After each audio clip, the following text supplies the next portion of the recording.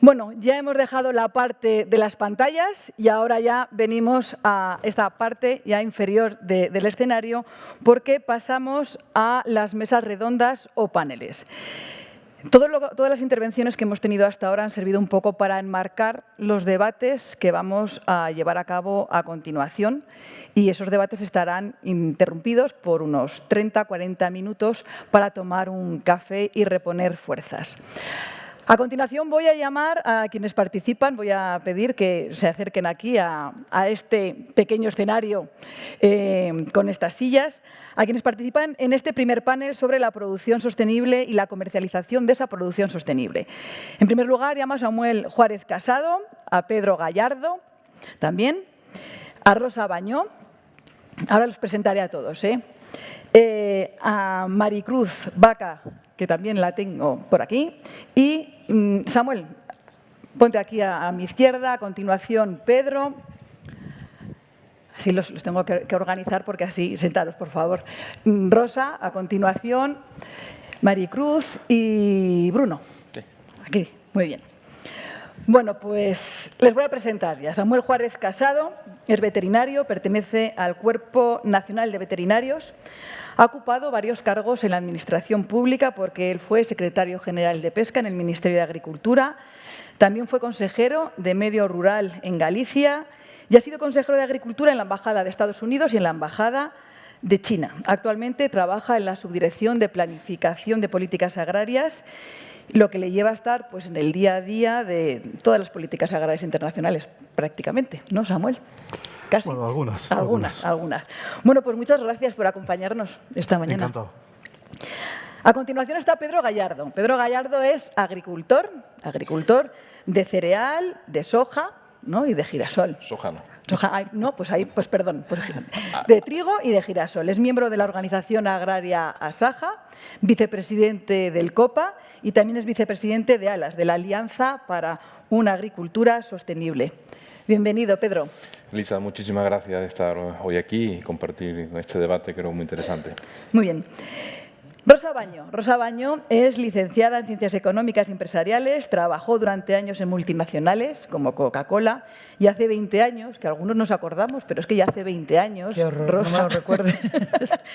Hace 20 años comenzó con su proyecto de aceite de oliva virgen extra, Castillo de Canena, empresa familiar, pues que ha desarrollado con muchísimo éxito y la verdad es que ya hace 20 años pues era una gran reconocida en el sector del aceite de oliva y ahí está exportando su aceite a más de 60 países. Bienvenida. Muchísimas gracias. A continuación de Rosa está María Cruz Vaca, escribano, que es licenciada en Ciencias Económicas. Ella es la directora de Asuntos Económicos en la Asociación Nacional de Grandes Empresas de Distribución, en ANGED. Y en esa asociación, en ANGED, se agrupan cadenas de distribución como Alcampo, Carrefour, Grupo Eroski y el Corte Inglés, entre otras muchas. Bienvenida, muchas gracias. Muchas gracias por la invitación. Y en el último lugar, pero por ello no es menos importante, tenemos a Bruno Capucci, que es graduado en Relaciones Internacionales con un máster en Derecho de Organización Mundial de Comercio. Bruno trabaja desde el año 2019 en la oficina de Bruselas de la Agencia Brasileña de Promoción de Comercio e Inversiones, en APES Brasil. ¿Lo he dicho bien, Bruno? Muy bien, sí. Muchas gracias. Bueno, pues ya están todos los participantes en esta mesa redonda presentados. Sí que les quiero decir que en los últimos minutos abriremos una ronda de preguntas al público, por si quieren preguntarles alguna duda o alguna cuestión. Para realizar esas preguntas tendremos unos compañeros con micrófonos que se los acercarán y necesitaremos que se presenten con nombre y con empresa, organización o asociación a la que representen para conocernos, para irnos conociendo. El presidente del Fórum, Janez Potočnik, nos acaba de decir, como ya he apuntado, que el futuro será verde o no será nuestro futuro.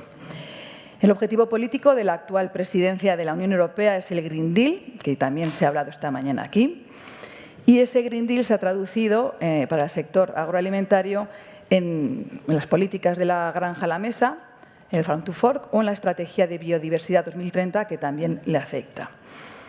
Es decir, que en España, en Europa, llevamos muchos años apostando por producir los alimentos de manera más sostenible. Y ahora ya vamos a empezar con las preguntas.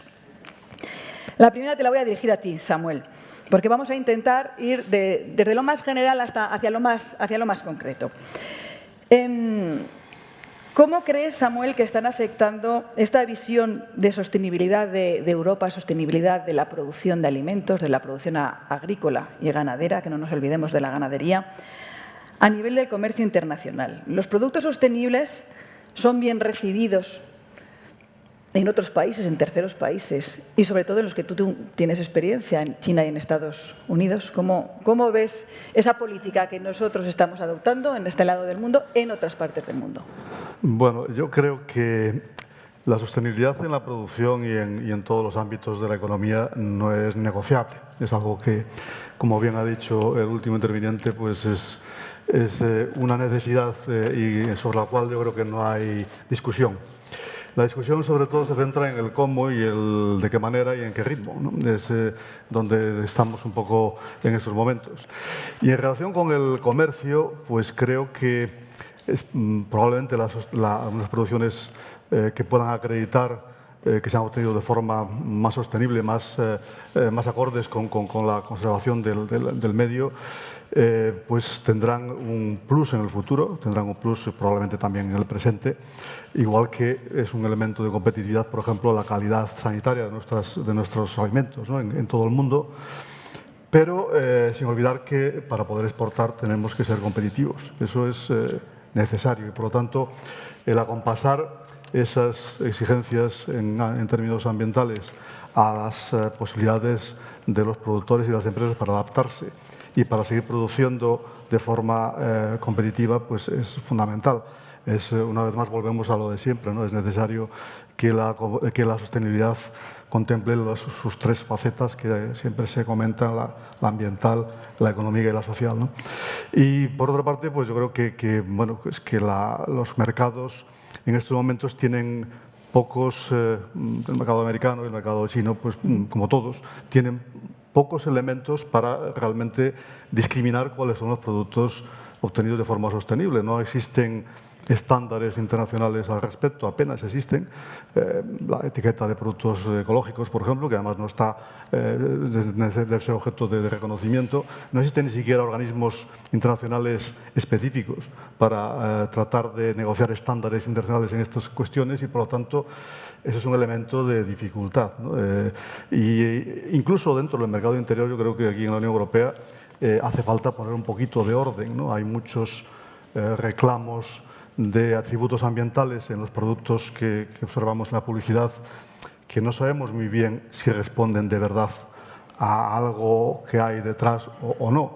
Y de hecho ahora mismo la Comisión tiene sobre la mesa una propuesta de directiva sobre reclamos ambientales que creo que es muy oportuna, no solamente para la alimentación, sino en general, que viene a decir que cuando una empresa se dirige al público con un producto y con un reclamo ambiental, tiene que tener detrás un soporte, ese reclamo ambiental tiene que ser significativo, tiene que ser importante en cuanto al producto, no solamente referirse a una parte del producto, y además tiene que tener una forma de demostrarlo a través de un sistema de diligencia debida, una certificación, algo que permita respaldar eso que se le está queriendo vender al ciudadano. Y creo que eso es muy importante. O sea, que faltaría estandarización y diferenciación. Yo creo que falta mucho trabajo por hacer, tanto internamente a nivel de la Unión Europea, porque somos un mercado único, como a nivel internacional, para que de verdad los atributos de sostenibilidad puedan marcar una diferencia en los mercados. Pedro, veía que cuando hablabas, Samuel, hacías así con la cabeza. La sostenibilidad, desde la visión de los cooperativistas, de los agricultores y cooperativistas, ¿se ve como un plus a la hora de comercializar? Bueno, yo creo que nosotros llevamos muchos años siendo sostenibles. Esta nueva moda ahora de impulsar una sostenibilidad, ahora sí y antes no, yo creo que no tocan, ¿no? Yo creo que hemos sido sostenibles reforma tras reforma de la PAC. El agricultor ha ido haciendo sus deberes y, bueno, a mí lo que sí me extraña es que estas estrategias se lanzaron como comunicación de la Comisión. Se han querido introducir sí o sí en los diferentes planes estratégicos de la PAC, forzándolos incluso, y nosotros siempre hemos dicho que lo primero que había que hacer es un estudio de impacto ante estas estrategias, que precisamente nos están dando la razón a día de hoy, con la que está cayendo, con la situación que ha provocado también el encarecimiento de los insumos, la situación de la invasión de Ucrania, la sequía que estamos padeciendo aquí en España. Y nosotros lo hemos dicho muy claramente, podríamos hacer una agricultura más sostenible, más verde, pero con presupuesto. Antes Daniel Calleja se ha referido al presupuesto de la PAC, el presupuesto de Europa. Yo recuerdo cuando antes de la reforma, sería la de McCherry seguramente, que estamos copando prácticamente el 70% de los fondos comunitarios. Ahora en la última reforma de la PAC, en la de Chiolos, hemos estado cerca del 40% y con esta reforma estaremos sobre el 34%. Por tanto, Europa, de alguna forma, impulsando estas estrategias y no dando soporte al agricultor y a las cooperativas, al final lo que está haciendo es deslocalizando la producción, puesto que no está ayudando suficiente a mantener este sector. ¿Qué podemos hacer? Yo creo que hemos hecho parte de la tarea y te voy a poner varios ejemplos que en Alas usamos bastante. En los últimos 40 años, para producir una misma tonelada de tomate, necesitamos un 52% menos de tierra, para la misma tonelada de tomate. Para producir esa misma tonelada de tomate usamos un 35-36% menos de agua y un 13% menos de recursos energéticos. Por tanto, el agricultor se ha ido adaptando y el agricultor ha ido haciendo su trabajo. Pero sí es verdad que necesitamos pues una legislación europea que nos apoye. Y después, estamos en un mundo globalizado. Europa no puede ser una isla porque la sostenibilidad está bien, pero en sus tres vertientes, como bien ha dicho Samuel, pero tendremos que hacerlo a nivel mundial. Tenemos unos estándares muy altos en Europa, no así en otras zonas del mundo, pero nosotros queremos sobre todo garantías jurídicas y sobre todo base científica. Cuando algo es bueno, será bueno en todo el mundo. Y lo que no podemos dudar es que cuando las agencias europeas dicen que una cosa es buena, pues dudemos de ella. Aquí tenemos un problema, y tengo aquí a Ignacio López, que muchas veces a mí me lo ha recordado y me lo ha enseñado. España es un laboratorio para Europa. Estamos haciendo cosas que Europa tendrá que hacer en los próximos años. ¿Por qué? Porque el cambio climático y todo lo que estamos sufriendo, plagas, enfermedades, empiezan por el sur. Empiezan por el sur, cercanía con África, temperatura, importaciones que recibimos de terceros países, y esa aplicación que estamos haciendo en la agricultura seguramente la adquirirá los países centroeuropeos y norteeuropeos con los años. Lo que ocurre es que lo que no cabe tampoco es hacer una misma directiva, en este caso, por ejemplo, hablamos del uso sostenible, para toda Europa igual y lineal. Eso es como si mañana decimos, mire usted, la media de consumo energético en Europa es esta. Y si usted es escandinavo o español, tendrá que usar la misma energía. Seguramente no. Seguramente en Escandinavia nos duplican el consumo eléctrico para calentarse. Pues lo mismo ocurre con las plantas. Las plantas son seres vivos y aquí hay más plagas, aquí hay más enfermedades. España no puede estar a la media. España no puede estar a la media y eso lo decimos muy claramente. Y si van a limitar pretenden limitar las herramientas que tenemos los agricultores, pues al final yo me pregunto por qué no hacen lo mismo con los fármacos. Si lo hicieran, si limitaran el 50% de los fármacos de aquí al 2035, de aquí al 2050, seguramente la gente estaría en la calle. Pues eso es lo que estamos haciendo los agricultores, diciendo no, porque queremos producir y seguir produciendo. O sea, que eres la voz disonante en este fórum hoy, porque todo lo que hemos escuchado... Elisa, es que nuestra misión es alimentar a la población. Y aquí parece que nuestras autoridades se olvidan de que somos 7.500 millones de habitantes en el mundo, de que Naciones Unidas, sabíamos el dato hasta ahora, que íbamos a hacer 9.800 millones en el 2050, pero parece que se han olvidado de que Naciones Unidas nos dice que vamos a ser 11.000 millones de habitantes en el 2100. África triplica la población en los próximos 80 años. Y España y Europa tendrán que alimentar a África y ser solidaria, porque aquí lo que no cabe son discursos de vamos a hacer los más verdes del mundo, pero vamos a mirarnos solamente el ombligo en Europa. Europa tendrá que producir para terceros países, tendrá que ser solidaria. Ya lo vimos en los años 80 que los niños y las personas morían de hambre en el Cuerno de África por no tener alimentación. Pues vamos a tener que hacer eso. De los 1.250 millones de habitantes, esperan tener 4.500 millones de habitantes en África. Y, por tanto, tenemos una labor que es seguir produciendo y abasteciendo de alimentos. Nosotros no queremos producir por producir, es generar alimentos para eso, para que no haya deficiencia en el mundo. Gracias. Vamos a dar paso a las otras voces que tenemos en el panel. Rosa, cuando estaba también os veía. Me gusta ponerme en un lateral cuando modero una mesa porque así los controlo. Yo voy tomando notas, pero los veo y veo como asienten con la cabeza o levantan la ceja. Entonces veía que Rosa y Maricruz hacían así, asentían con la cabeza cuando Pedro decía no podemos ser una isla en el mundo porque los mercados son globales. Rosa, con tu amplia experiencia comercial en la que estás distribuyendo y vendiendo tus aceites en más de 60 países, ¿la sostenibilidad europea en los alimentos, tenemos una ventaja? Bueno, por construir un poco sobre los puntos que habéis dicho vosotros dos y dar un poco una visión comercial de la que está todo el rato con una maleta dando vueltas por el mundo.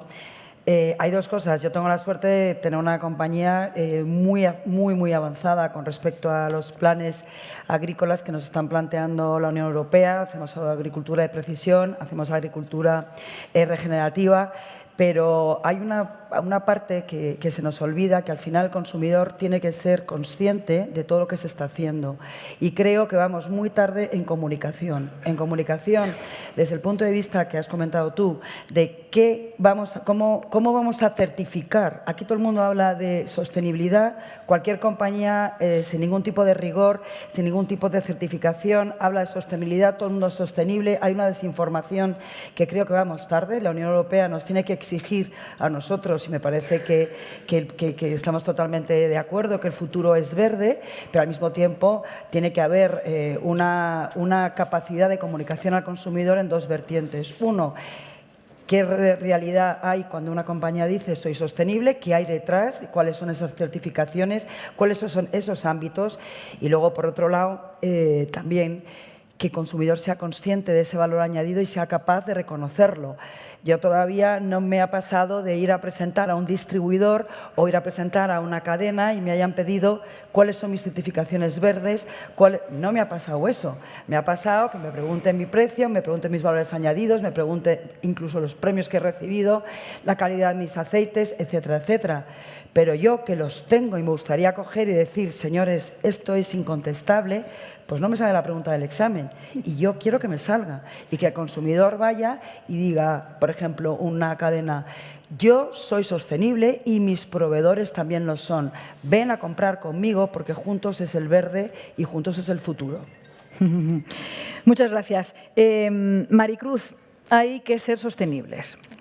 En algunos foros ya se empieza a plantear que el consumidor tiene que pagar lo que el ciudadano pide, con lo cual pues todos tenemos que ser conscientes que como ciudadano queremos el cielo azul, el pasto verde, el agua limpia, pero también lo tenemos que pensar cuando vamos a comprar como consumidor. ¿Cómo se ve esto desde ANGED, esta sostenibilidad tan exigente en la producción y en la comercialización y en la distribución? ¿Cómo lo afrontáis vosotros desde vuestra asociación? ¿Y cómo lo ven, sobre todo, pues, quienes están dentro de vuestra asociación, evidentemente? Bueno, como asociación y con las empresas que tú has citado, que son nuestras empresas asociadas, llevamos muchos años y han sido pioneras, muchas de ellas, en introducir productos ecológicos, introducir sellos de calidad diferenciada, sellos de calidad de origen.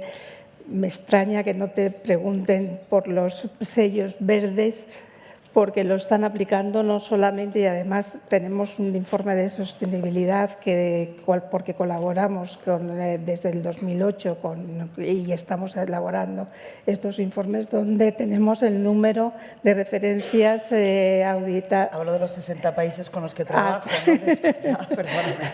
Entonces, desde ese punto de vista, yo creo que sí que estamos haciendo las empresas un esfuerzo por ofrecer esa alternativa como una alternativa más y porque además está en el ADN de las empresas de ANGED, además por el tamaño de sus centros se lo pueden permitir, el ofrecer productos distintos en toda la variedad del surtido. Ahora bien, Si me preguntas por la aceptación de estos productos y por lo que el consumidor está dispuesto a pagar por un producto diferenciado, si tú haces una encuesta cualitativa, siempre te va a decir que, por supuesto, que va a pagar puede pagar hasta el 50%, hasta el 30% más, pero cuando vamos a los datos, y los datos son tozudos, nos están diciendo que el primer motivo por el que selecciona un producto, y sobre todo ahora y después de todo lo que hemos vivido, es el precio. Y que el primer motivo de selección de establecimiento es un 70% el precio, y es un 45% que es mucho y que ha subido mucho la sensibilidad del consumidor hacia ese producto que se entiende como más sostenible y que él no sabe por qué, pero sí que intuye que puede tener una calidad distinta. Ahora bien, estoy totalmente de acuerdo con lo que me han dicho los que me han precedido, en que no hay un sello que garantice, un sello efectivo e internacional que garantice esa calidad. En segundo lugar, estamos en un mundo abierto y lo estamos viviendo, y tenemos que ser conscientes de que el consumidor español tiene la misma renta en los últimos 20 años y que además no solamente tiene la misma renta, sino también te está diciendo que además de consumir productos de alimentación quiere salir y quiere dedicar su ahorro a otras cosas. Entonces, tenemos que ser lo suficientemente eficaces como para, a lo largo de toda la cadena, como para poder ofrecer las dos cosas, esa calidad diferenciada, esa sostenibilidad y además a un precio atractivo. Bruno, estás, digamos, intervienes en el último lugar, porque aquí hemos estado hablando de lo que queremos y de lo que se postula desde Europa. Normalmente tú trabajas en Bruselas, con lo cual lo conoces perfectamente, pero claro, también conoces el sentir y el querer de otra parte del mundo, como es tu país, como es Brasil. ¿Cómo se ven estos enfoques en la producción agraria, en la producción de alimentos desde el otro lado del Atlántico? ¿El Green Deal se entiende en Brasil? Yo voy a hacer el más limitado y voy a hablar en inglés para mí hacer más claro. Muy bien. Thank you. At Apex Brazil, as you know and you mentioned, we try to translate the regulatory scenario and the shifts in the EU to Brazilian exporters and try to find synergies from this part. And I had just arrived in Brussels almost 4 years ago when the Green Deal was announced as the Europe's Man on the Moon moment by the European Commission. And I believe that in the beginning, almost everyone was a little bit astonished by the comprehensiveness and the innovative approach that the Green Deal was offering. But as the propositions and the strategies that were being developed, I understood that there were actually much more room for comparison and for Brazil for keep being a provider of sustainable products and solutions to Europe than I had imagined before. And I'm thinking initially here, the cases in Brazilian low-carbon agriculture, that Brazil had to reinvent its agriculture in the 70s from being a net importer of food to be one important player in agricultural markets. But we can go back to the low-carbon agriculture a little bit later, because you mentioned the Green Deal and its perceptions from other countries, and I wanted to touch a little bit on its measures, because as we know, the Green Deal is not an inward-looking approach, so because it has a more holistic approach and try to influence the whole preservation of the environment as a whole. And I think that's one first distinction that's important to be made, that countries, they're fully entitled to regulate products they import for preserving animal life and plant health. This is well agreed by international agreements and by countries. However, if regulations they go a little bit beyond that to regulate how to produce and how to manage resources in third countries, then I think that we might be talking about something a little bit different. And why? Because we have a rules-based trade system, right? We still have the WTO and the GATT agreements, which are the reigning agreements for the trade integration. And why I'm mentioning trade so strongly, because trade is not a means by its own, but I'm sorry, it's not the objective by its own, but it could be used as a means for economic development, economic integration, and for greening our economies. And I can give some more details of some ideas how we see that in a little bit. But still a little bit on the measures, if I can. So after we have established system of a rules-based system for trading, I cannot autonomously tell other countries how I believe that what is good for me and what makes sense in the context of my society, to rule that to other countries in other societies, in other contexts, in other stages of development. And especially if I look to one of those measures, the deforestation regulation, if I try to create a list of countries ranging from lower to higher risk of deforestation, there are two main things that come to my mind. How is this list is going to be made? We will use exactly the same criteria in all cases. This we don't know yet by what is given by the agreed text. And is it fair to compare countries in this way, or I can have some room to discrimination? Let's give an example. Let's take Congo, which has 68% of its territory covered by a rainforest in one context, in one development context, and we could compare it. I was going to say Monaco with zero forest, but let's take Argentina, that actually exports some of the products of the deforestation regulation, which has 11% of its territory covered by forests as well. Are these countries in the same context? Are these countries, could they put together in the same rule for comparison? Could this rule of comparison create some possibilities for discrimination? I think that these are some of the discussion that we have to come when we're going to be closer to the implementation of these regulations. No sé si tenéis algo que añadir o le queréis comentar, Samuel, Pedro, Rosa. Bueno, yo básicamente estoy de acuerdo en que existen normas internacionales del comercio, es bueno que existan. Nosotros defendemos en todos los foros internacionales que estas normas deben incluso ir más allá, tenemos que avanzar en las negociaciones comerciales y yo creo que obviamente los países no pueden interferir en cómo otros países pues, regulan su ambiente, a menos que esas consecuencias ambientales de lo que hacen otros países tengan una influencia global y por lo tanto nos veamos afectados. Eso es la única parte que justifica o justificaría una exigencia ambiental a otro país. Y esto es lo que hace que, bueno, pues que sea complicado muchas veces el aplicar pues unas normas a las importaciones similares a las que se exigen dentro de la Unión Europea y es el motivo importante de queja justificada por parte de los productores, ¿no? Yo creo que tienen toda la razón y que por eso tenemos que tener mucho cuidado en este equilibrio, lo que decía yo al principio, entre la competitividad de nuestras producciones y las exigencias que ponemos a los productores y a toda la cadena de valor. Yo quería añadir que no solamente es esta ley espejo, sino que luego competimos todos en terceros países como productores. Entonces, al final, perdemos sostenibilidad económica y social porque no competimos en igualdad de condiciones. No solamente que yo le exija a alguien que haga conmigo lo mismo que yo estoy haciendo con él, sino que luego competimos productores fuera. Y con un... Sí. Y con algo que se ha comentado ya muchas veces, ¿no?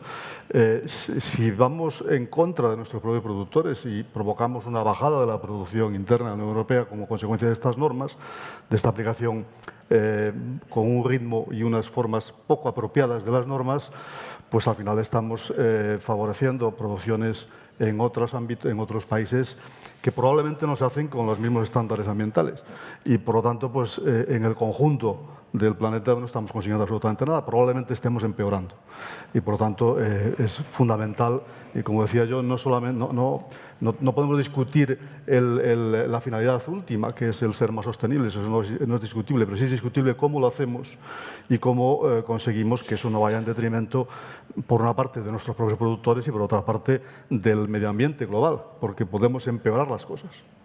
De hecho, si me permitís, este año hemos visto un adelanto en España de la aplicación de una norma que ha sido un impuesto al plástico en el momento que más necesitaba el consumidor que se redujeran los precios por su nivel de renta y porque teníamos unos precios disparados por todas las razones que conocéis, porque llevamos 2 años con una crisis energética, porque después ha habido una guerra y ha afectado a las cadenas de producción de cereales. Un impuesto al plástico que no tenía por qué haberse adelantado a este año. Es más, es que incluso respecto a otros países de la Unión Europea hemos sido también pioneros, o sea, en el mismo sentido que decías tú, de por qué empezar con España. Sobre todo España, tenemos que tener consciencia que somos el primer país productor de muchos de los productos más del día a día. Entonces, no podemos ser más papistas que el Papa. Somos el octavo país exportador de alimentos del mundo. Me encanta que os interrumpáis porque así me facilitáis muchísimo el trabajo. Así que os animo a que sigáis haciéndolo. Quería retomar un asunto que habéis introducido, me lo ha nombrado Rosa, pero ya habéis hablado, que es el de las cláusulas espejo. Durante la presidencia francesa, hace un año, se habló mucho de ellas, de las cláusulas espejo, que es condicionar a terceros países que produzcan pues, como quiere la Unión Europea. Pero Samuel y Pedro, os voy a preguntar a vosotros que estéis más en el ámbitos internacionales. ¿Esto es algo realizable o es una utopía? ¿Podemos desde Europa decir a otros cómo tienen que producir, como decía Bruno? Yo creo que en las cláusulas espejo una cuestión básica que hay que introducir es la evidencia científica. Esa como axioma número 1, sí o sí. No se puede dudar cuando un organismo científico y válido a nivel mundial, y además en muchas ocasiones compuesto por funcionarios que no se ven a compañía ni a intereses de los agricultores ni nada, evalúan una sustancia y dicen que sí. Entonces, ahí evidentemente nosotros tenemos que acatar y decir que sí, y cuando sea que no, será que no.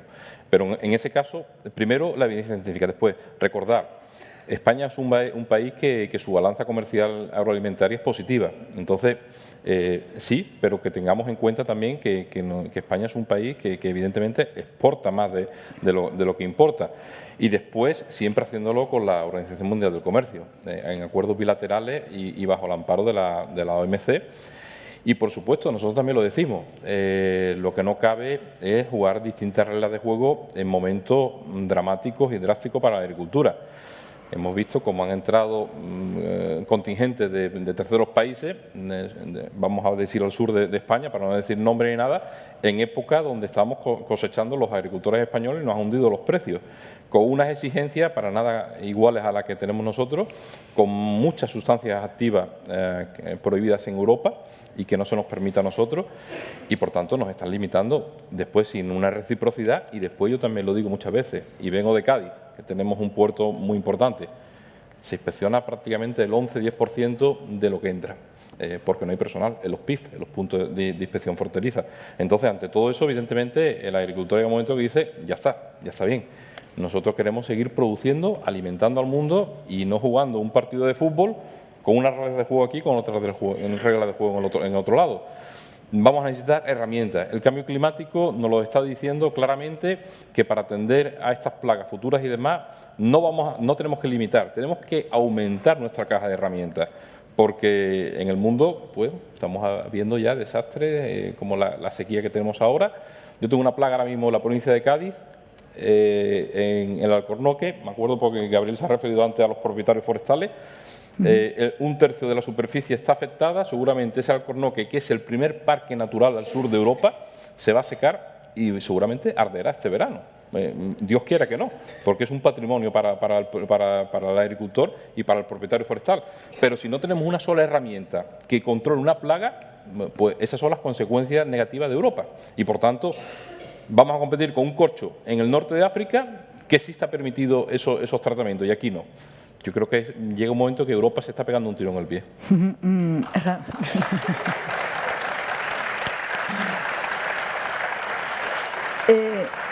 Samuel, por retomar el tema de las cláusulas espejo, aquí la Organización Mundial de Comercio, ¿qué papel puede tener? ¿Puede frenarlas o está a otras cosas?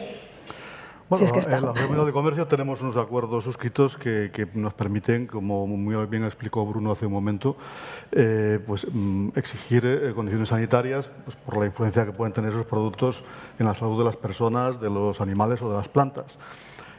Más allá de eso, sobre cómo el alimento ha sido producido en origen o sobre requisitos ambientales en origen, pues si no podemos demostrar un perjuicio para nosotros, pues no podemos exigirlas, ¿no?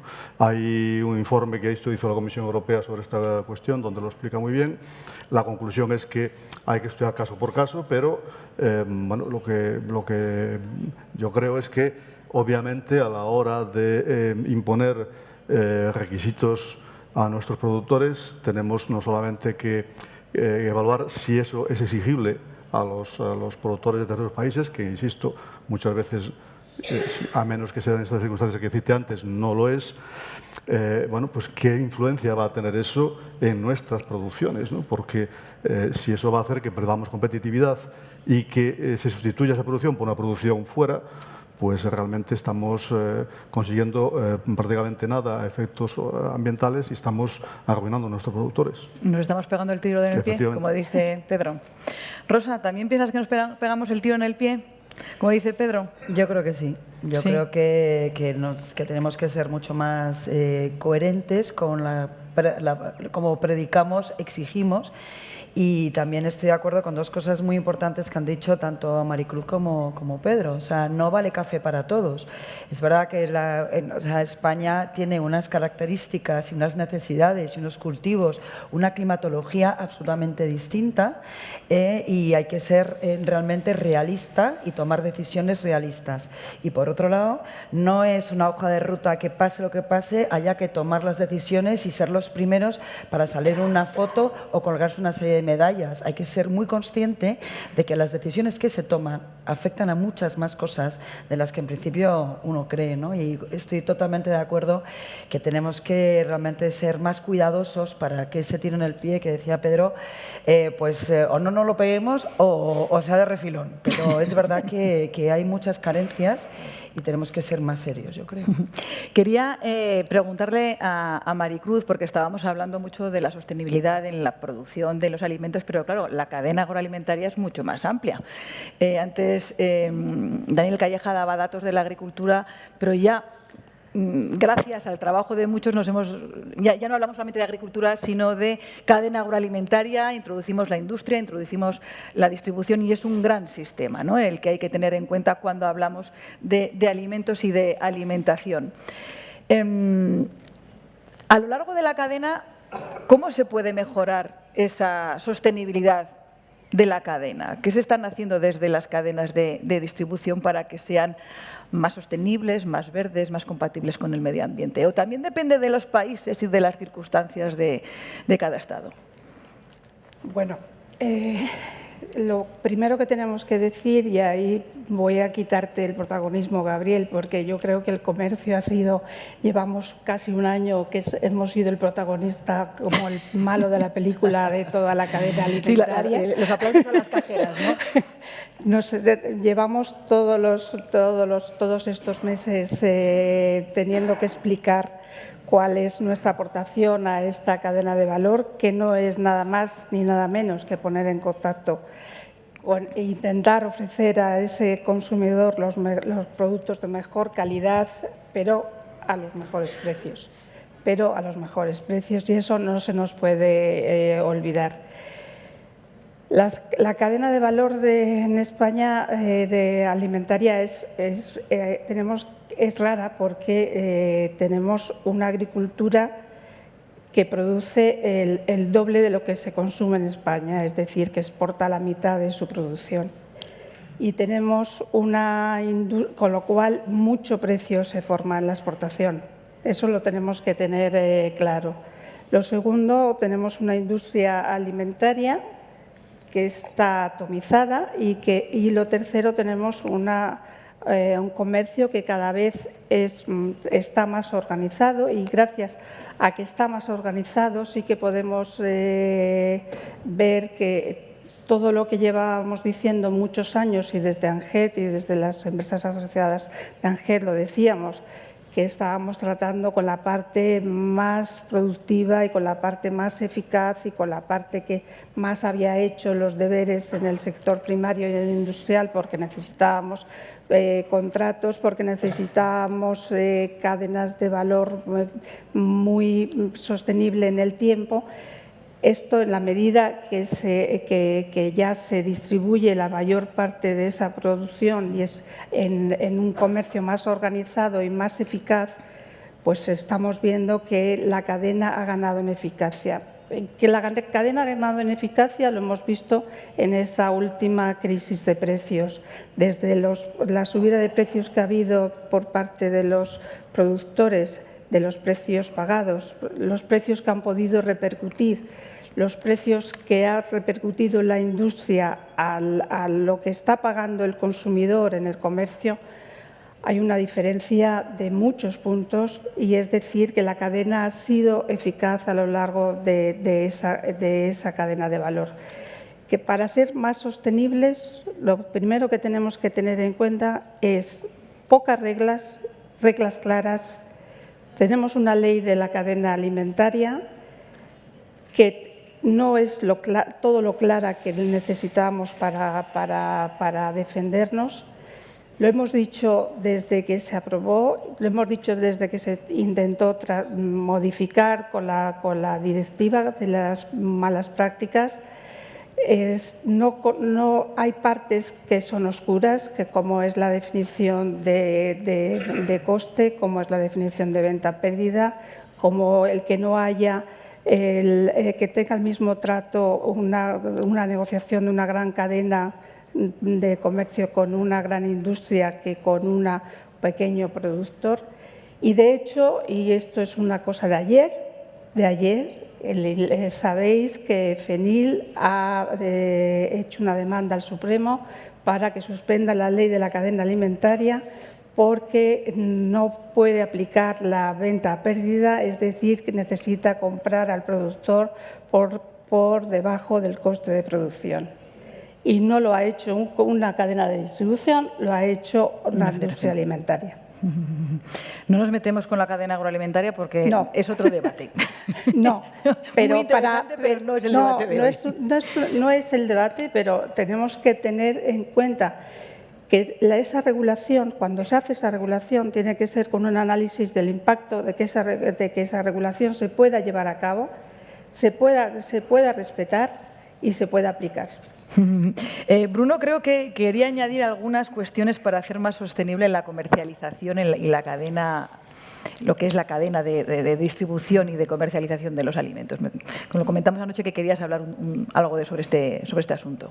Sí, yes. Como quieras.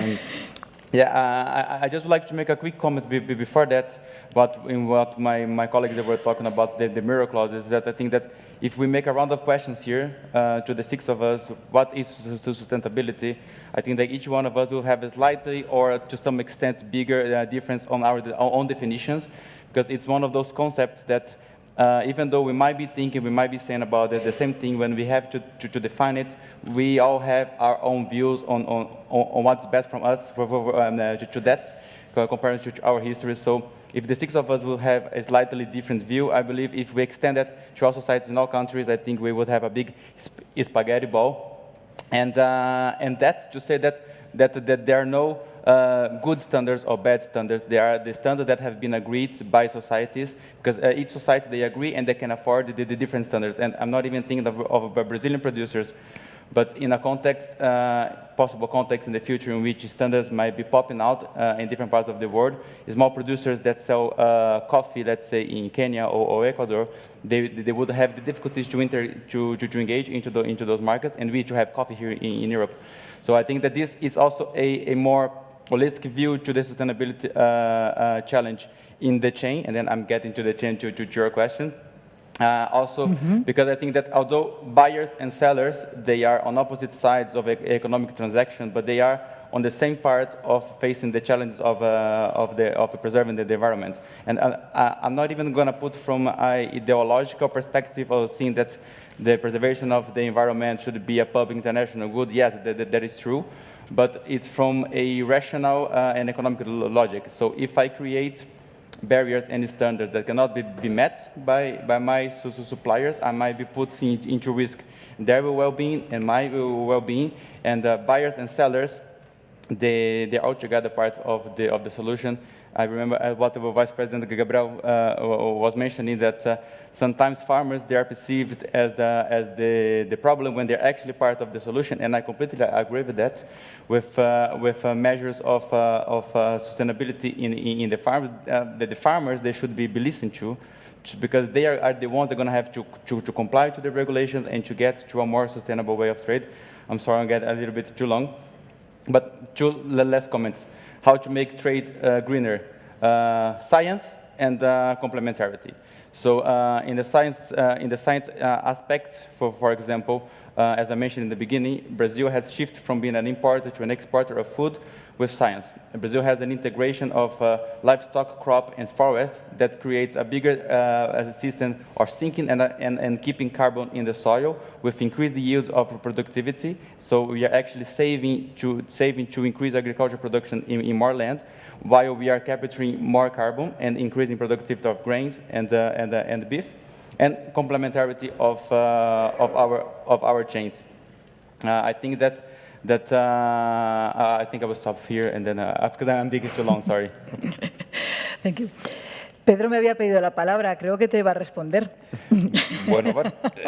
Y Samuel también ha puesto cara rara, ya te lo adelanto. No, vamos a ver. En parte le voy a dar la razón a Bruno y también a Maricruz en dos cuestiones. La percepción que tenemos los agricultores cada vez más es que se está legislando de espaldas al campo, seguramente de un despacho muy bonito, no sé si en Madrid, si en Bruselas, de donde sea, pero en muchas ocasiones sin contar con el agricultor y sin que la agricultura esté en el debate, en el centro del debate. Tenemos ahora, por ejemplo, una condicionalidad reforzada que nos afecta a los productores europeos, en la cual, por ejemplo, yo entiendo que a lo mejor puede venir muy bien para Centro Europa, en la cual, pues, a partir de ahora ya, cuando saquemos nuestras cosechas, nuestro cereal, no podemos meter los aperos en el campo porque podría erosionar el campo. Y yo le pregunto, vamos a ver, que vengan al campo, que pisen el terruño. Si esperamos a septiembre a meter un apero en el campo, la tierra, por lo menos en mi tierra, se vuelve un cuerno. Un tractor gasta seguramente el doble combustible, gasta apero, hierro y demás, que desde luego no están nada baratos, y simplemente por una consecuencia de una transposición de una normativa comunitaria.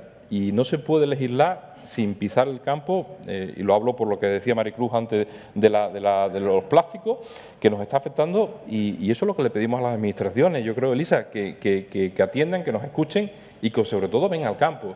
Yo llevo 27 años en la agricultura y no hay un año que haya sido igual al otro. Por tanto, nos falta sensibilidad por parte de los políticos. Samuel, y legislador. Estás en la administración. Llévatelo al campo un día, invítale a Samuel.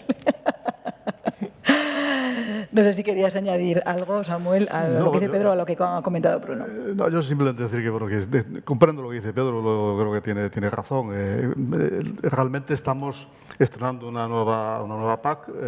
Hay un plan estratégico que contiene una serie de nuevos incentivos para que los agricultores adopten prácticas más respetuosas con el ambiente, de captura de carbono, de fomento de la conservación de la biodiversidad, etcétera, perdón.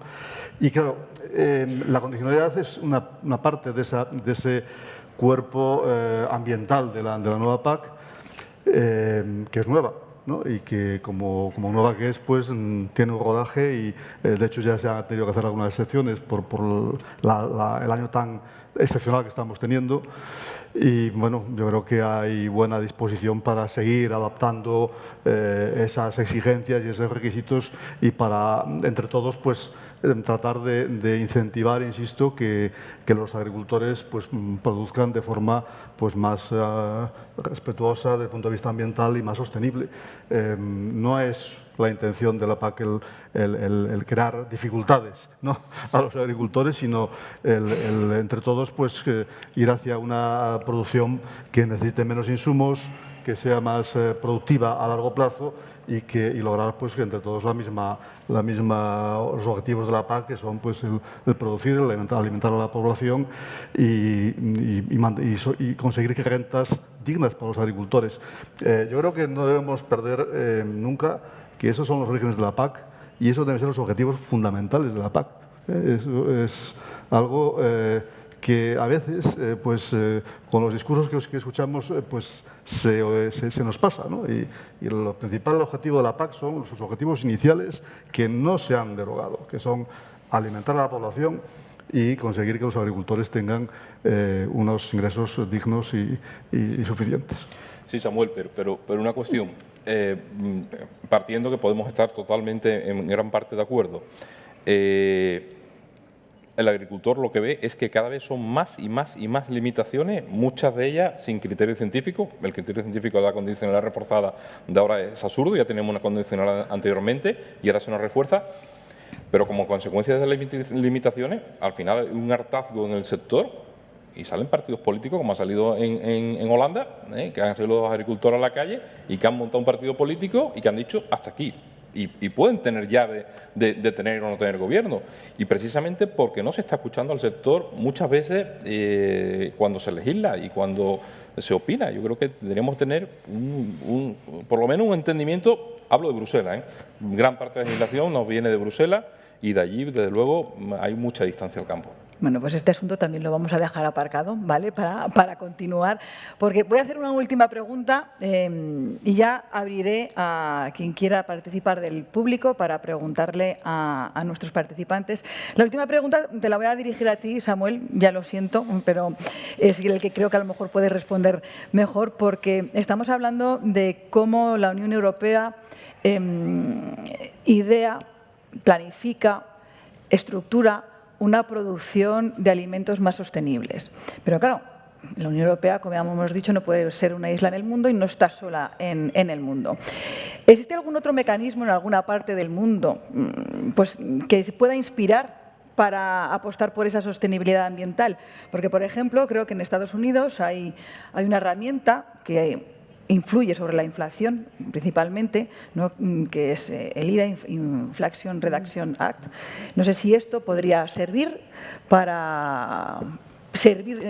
en cuanto a inspiración. También ellos tienen su Farm Bill, también nosotros tenemos nuestra PAC, que fue posterior, también quizá fue una inspiración. ¿Esta herramienta cómo la ves tú? Bueno, la herramienta que has citado básicamente se trata de un paquete de incentivos vía incentivos fiscales para reactivar la economía y para tratar de reducir la inflación.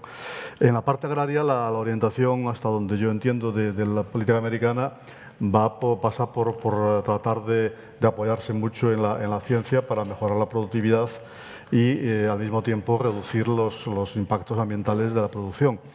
Tienen algunas iniciativas que han lanzado a nivel internacional. Nosotros nos hemos adherido a algunas de esas iniciativas porque compartimos esa filosofía. Es decir, yo creo que es fundamental que nos apoyemos en la ciencia, en los avances tecnológicos, en la innovación, para poder producir de forma menos intensiva en cuanto a uso de insumos y más productiva. Hay un informe de la FAO y de la OCDE del año pasado que nos dice que en los próximos años necesitamos aumentar la productividad a un ritmo de un 2,8% anual para poder conseguir alimentar al planeta manteniéndonos dentro de lo que se llama límites planetarios, ¿no? Y eso es el doble de incremento de productividad anual que mantenemos en los últimos años, ¿no?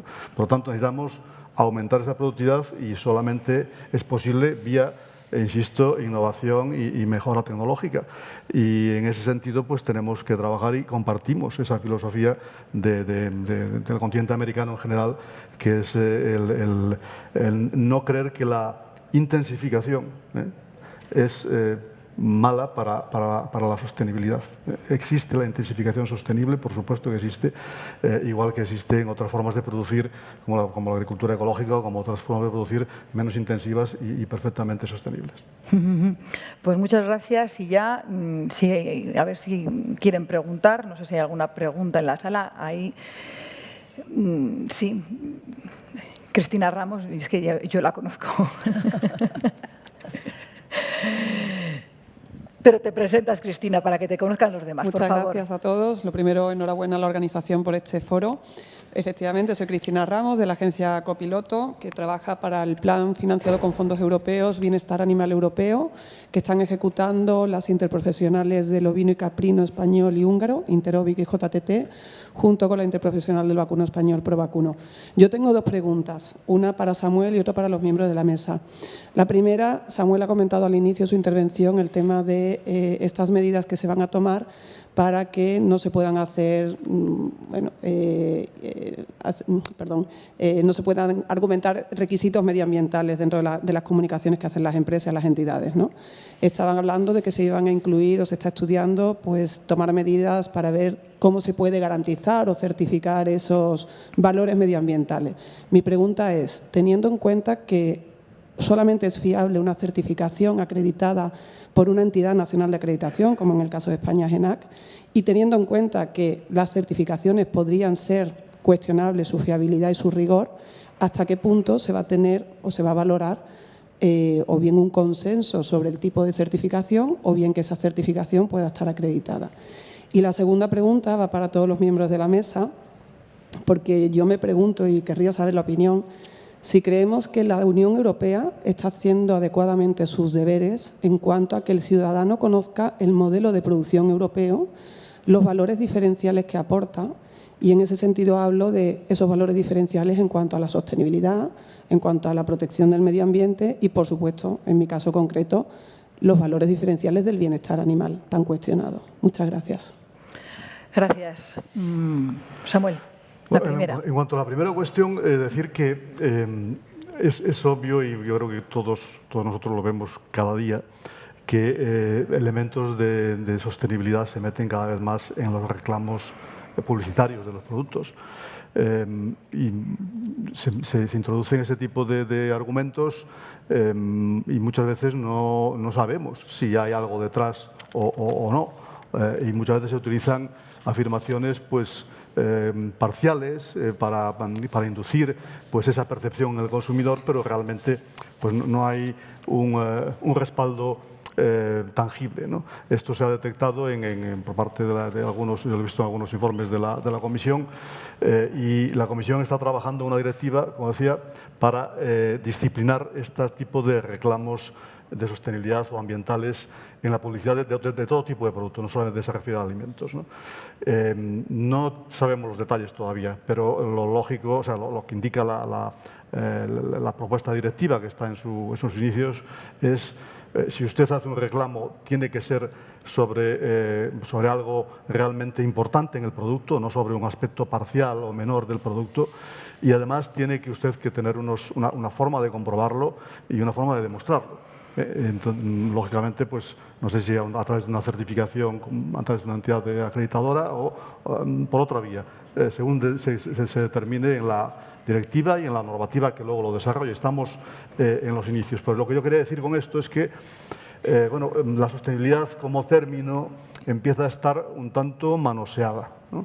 Y empieza a estar en todas partes y nadie sabe muy bien lo que significa, porque además es poliédrica, es decir, hay un producto que puede ser perfectamente sostenible desde el punto de vista de que tiene unas emisiones de carbono en su producción que son cero o incluso negativas, pero puede tener desde el punto de vista de la biodiversidad o desde el punto de vista de la contaminación, etcétera, pues puede tener unas consecuencias que no son nada sostenibles. Por lo tanto, el definir esto nos falta, ¿no? Hay una iniciativa que la Comisión también ha anunciado, que es la iniciativa marco de sistemas alimentarios sostenibles, que pretende empezar a definir lo que se entiende por sostenible en el marco de de los sistemas alimentarios.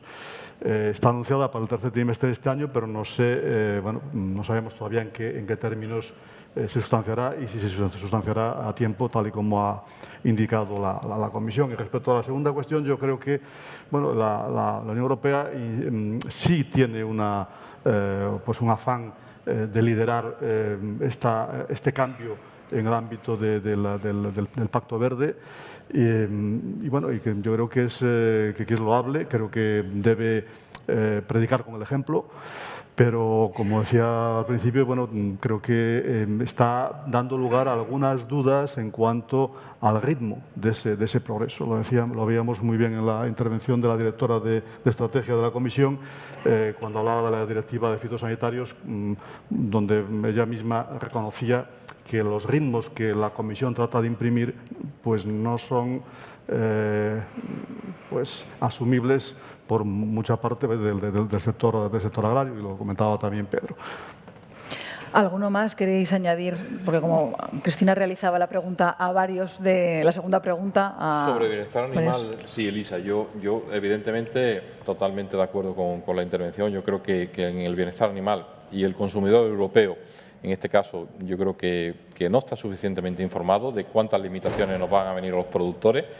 Hay ejemplos ya que hay países preparando barcos para lo que nosotros no vamos a exportar al centro de Europa, pues lo harán ellos y a otros países.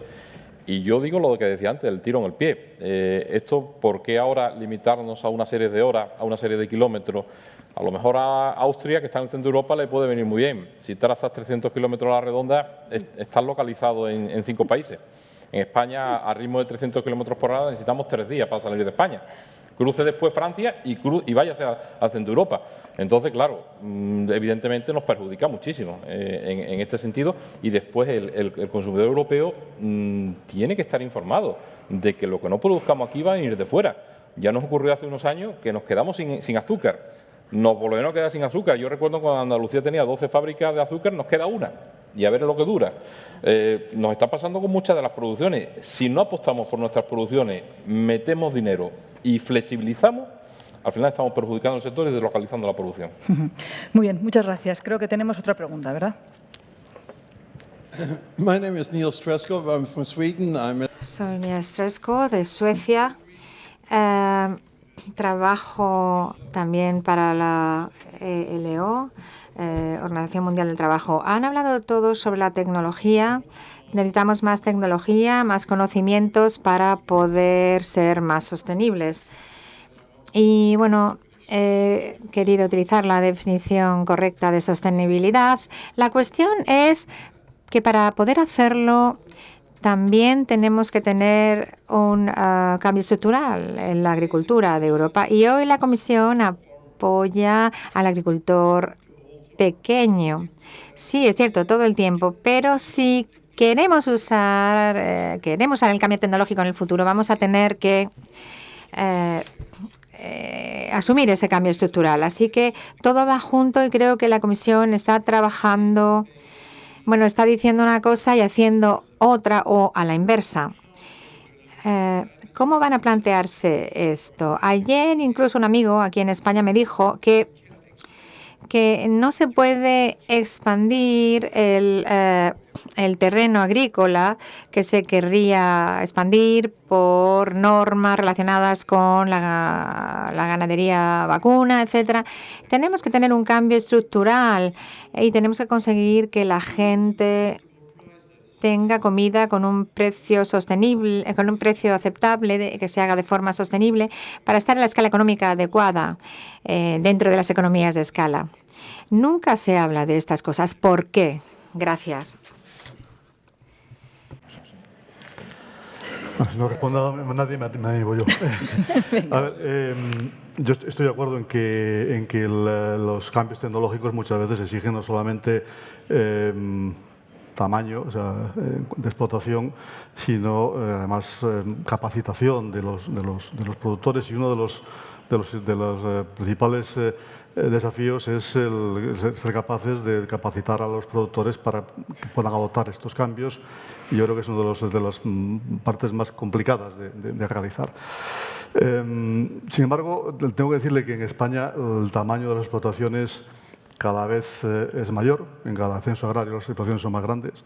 El proceso de concentración se está produciendo de forma natural. Y, bueno, lógicamente, la rentabilidad de las explotaciones también se ve que es mayor cuanto mayor es el tamaño. Por lo tanto, son más eficientes, son capaces de producir más barato, etcétera, etcétera. Pero eso también conlleva que nosotros necesitamos seguir protegiendo a los pequeños productores, porque los pequeños productores pues tienen unas dificultades mucho mayores que los productores que tienen mayor escala, y hay que ayudarles, hay que incentivar posiblemente pues que se mejore el asociacionismo en todos los ámbitos, que puedan disfrutar también de algunas economías de escala a través de figuras asociativas que les permitan utilizar, pues, por ejemplo, maquinaria de forma conjunta, etcétera, etcétera.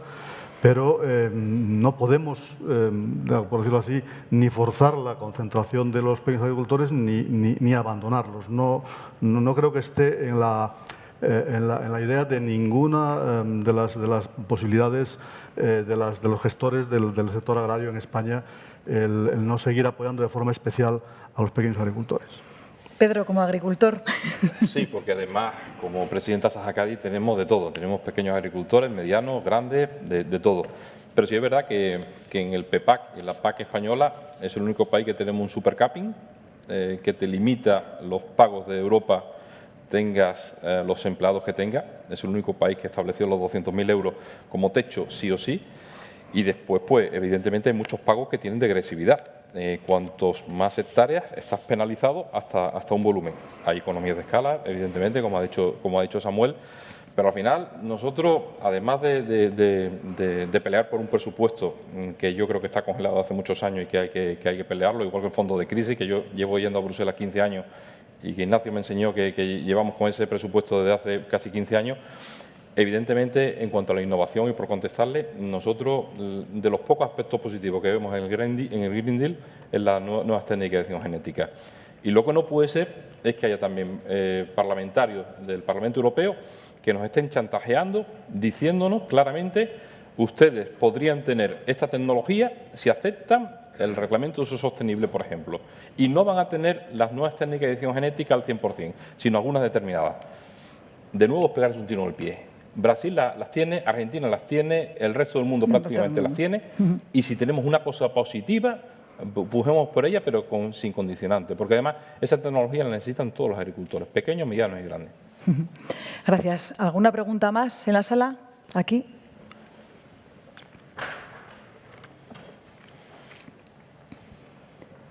Su nombre, por favor. Hola, buenos días. Soy Emilio Navarro, de Friends of the Country Spain.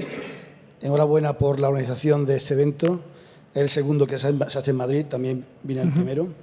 Bueno, yo soy ingeniero agrónomo, soy agricultor, ganadero, gestor cinegético, tengo negocios forestales, algo así como Gabriel Lodare, pero en Andalucía. Y bueno, mi pregunta, yo también soy trader de granos ecológicos, lo cual es un sector muy particular dentro del trading, y España es un país que produce mucho ecológico, pero consume poco. Entonces, bueno, nosotros dedicamos a exportar grano ecológico a toda Europa. Entonces, mi pregunta de la sostenibilidad, yo tengo claro el tema científico, técnico, está clarísimo. Como técnico que soy, lo veo que Europa va hacia una sostenibilidad clarísima, medio ambiente, erosión, pesticidas, agricultura ecológica, etcétera. Pero mi pregunta hacia todos vosotros es el tema de sostenibilidad económica. En Brasil había hace años, creo que estaba Lula ya de presidente, había un presidente de la Amazonia que decía que mientras su gente pasara hambre, él seguiría cortando bosque amazónico, que mientras no hubiese sostenibilidad económica y la gente no fuese capaz de vivir dignamente, pues que el bosque se lo cargaba, así de fácil, ¿no? Entonces mi pregunta va por ahí. En tema ecológico, la sostenibilidad económica viene por dos vías.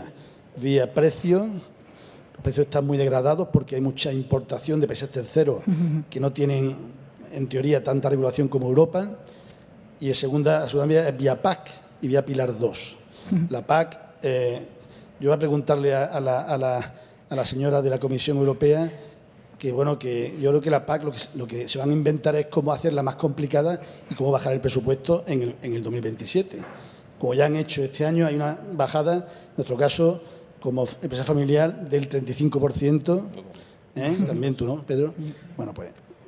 Entonces, sí. el pilar 2, que es el tema eco, bio, cada país legisla como quiere.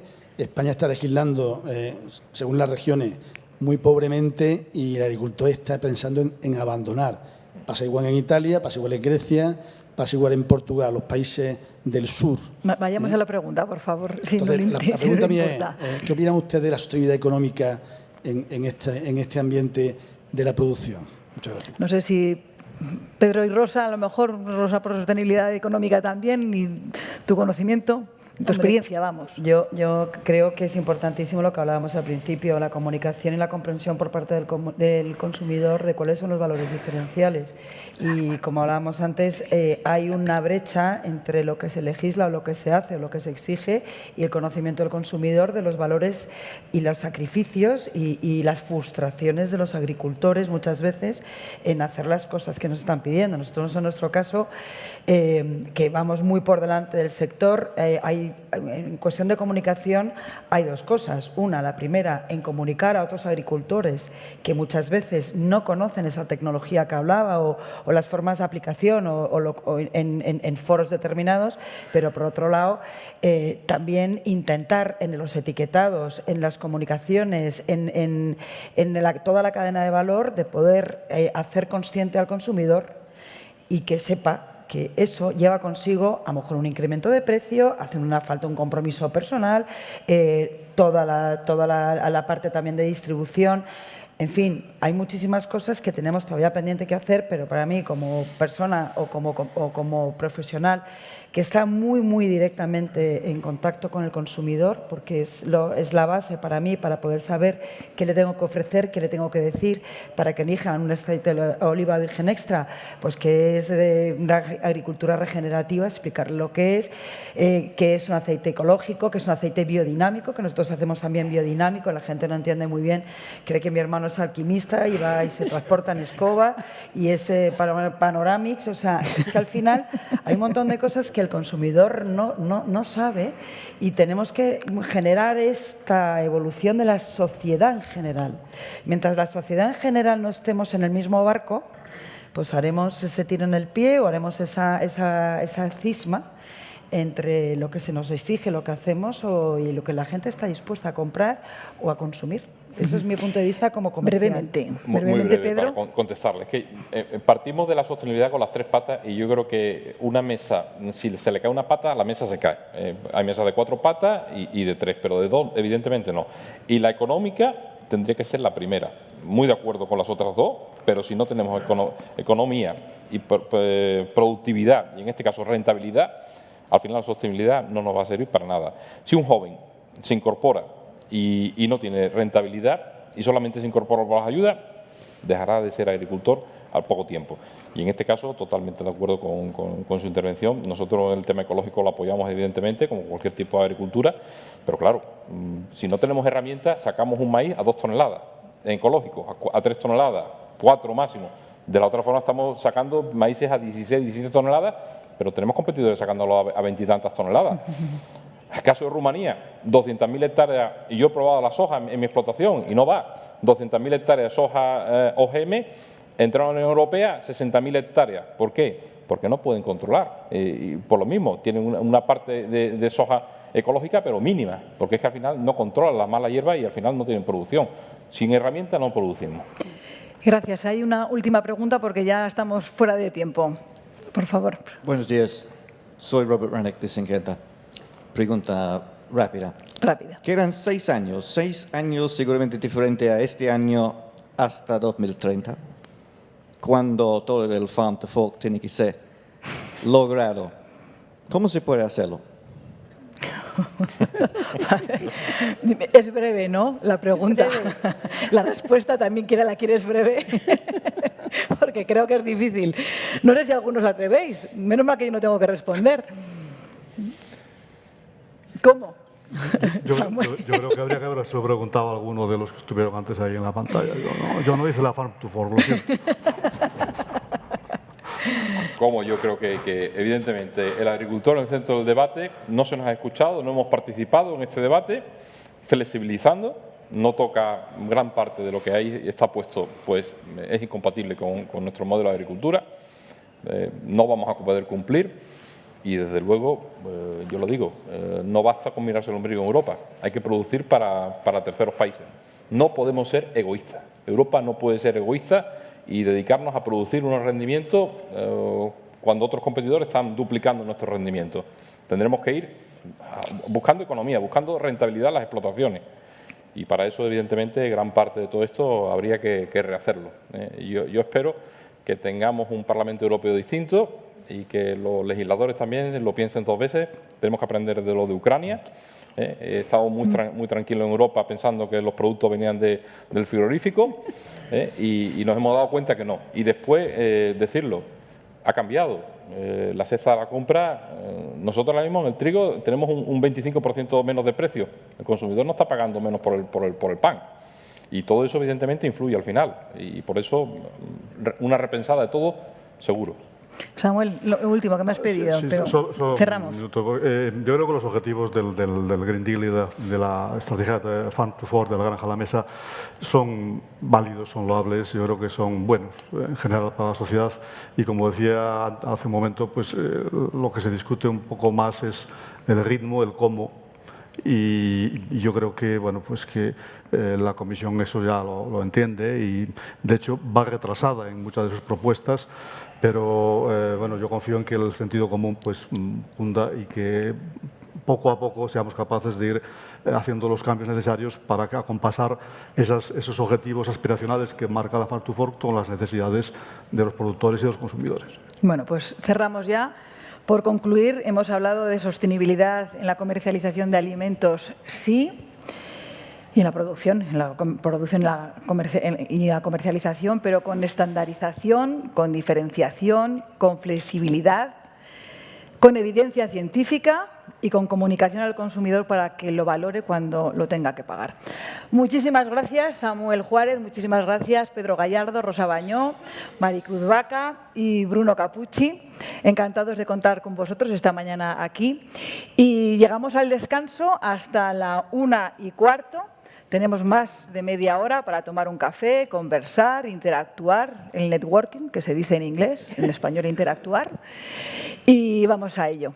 Muchísimas gracias a todos. Vamos.